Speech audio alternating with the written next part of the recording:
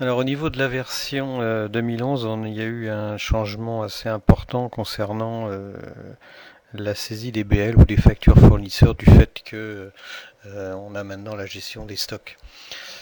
Donc ça a un petit peu changé, c'est pour ça qu'on refait une petite vidéo là-dessus pour expliquer un petit peu comment ça marche. Donc BL ou facture fournisseur. Donc le but c'est j'ai passé une normalement, hein, on peut faire autrement, mais bon, le plus simple, c'est que j'ai passé une commande fournisseur et je vais la réceptionner. Sachant qu'on peut créer un BL fournisseur sans avoir passé de commande. Enfin là, c'est déjà limite au niveau de l'intérêt de la chose, hein. Donc, quand j'arrive sur cet écran-là, je peux éventuellement revoir des BL qui auraient été déjà saisis. Là, par contre, ce qu'on va voir, c'est le principe complet, c'est-à-dire qu'on va créer un nouveau BL. Donc, plus. Donc ce cadre là, dans ce cadre ici, là, je vais donc dire j'ai reçu un BL, mettons 2.p. Comme je vous disais, on peut soit mettre une commande qu'on a déjà passée, soit on fait valider, mais à ce moment-là, il faudra aller remplir les lignes une par une et aller sélectionner les matériaux un par un. Bon, pas forcément très intéressant, mais ça marche. Donc on va aller chercher ma commande. Donc j'avais fait un exemple avec une commande. Et puis je vais dire donc que la date, je vais la laisser, mais je pourrais la changer. Puis je vais mettre je vais dire que c'est facture, par exemple, 254 slash 25. Bon, bref. Et je valide. Donc bon, je peux saisir donc les quantités réceptionnées comme me dit le message. Et je peux faire rentrer les choses en stock ou direct chantier. J'explique. Voilà ma commande ici. J'avais donc les éléments qui étaient commandés et le reste à livrer. Donc bon, la plupart du temps, on va mettre.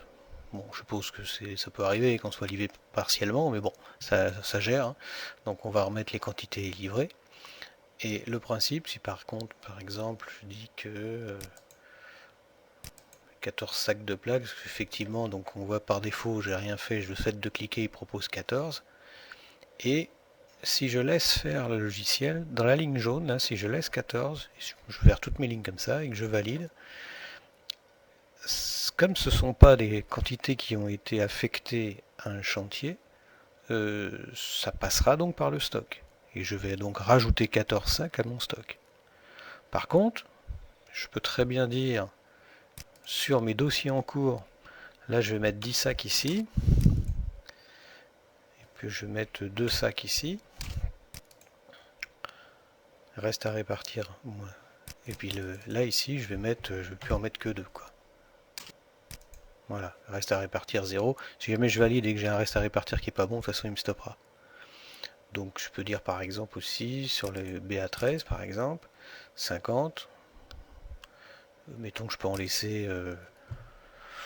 Bon, c'est un peu idiot, mais bon, par exemple, on va dire qu'on en laisse 10 en stock.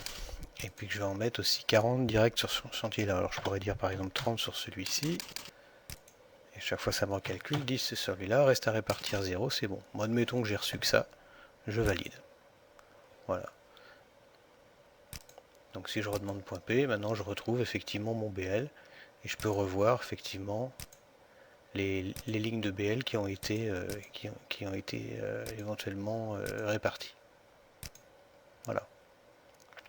On verra dans un autre écran les incidences que ça peut, enfin une autre vidéo, les incidences que ça a sur les problèmes de stock et problèmes d'inventaire.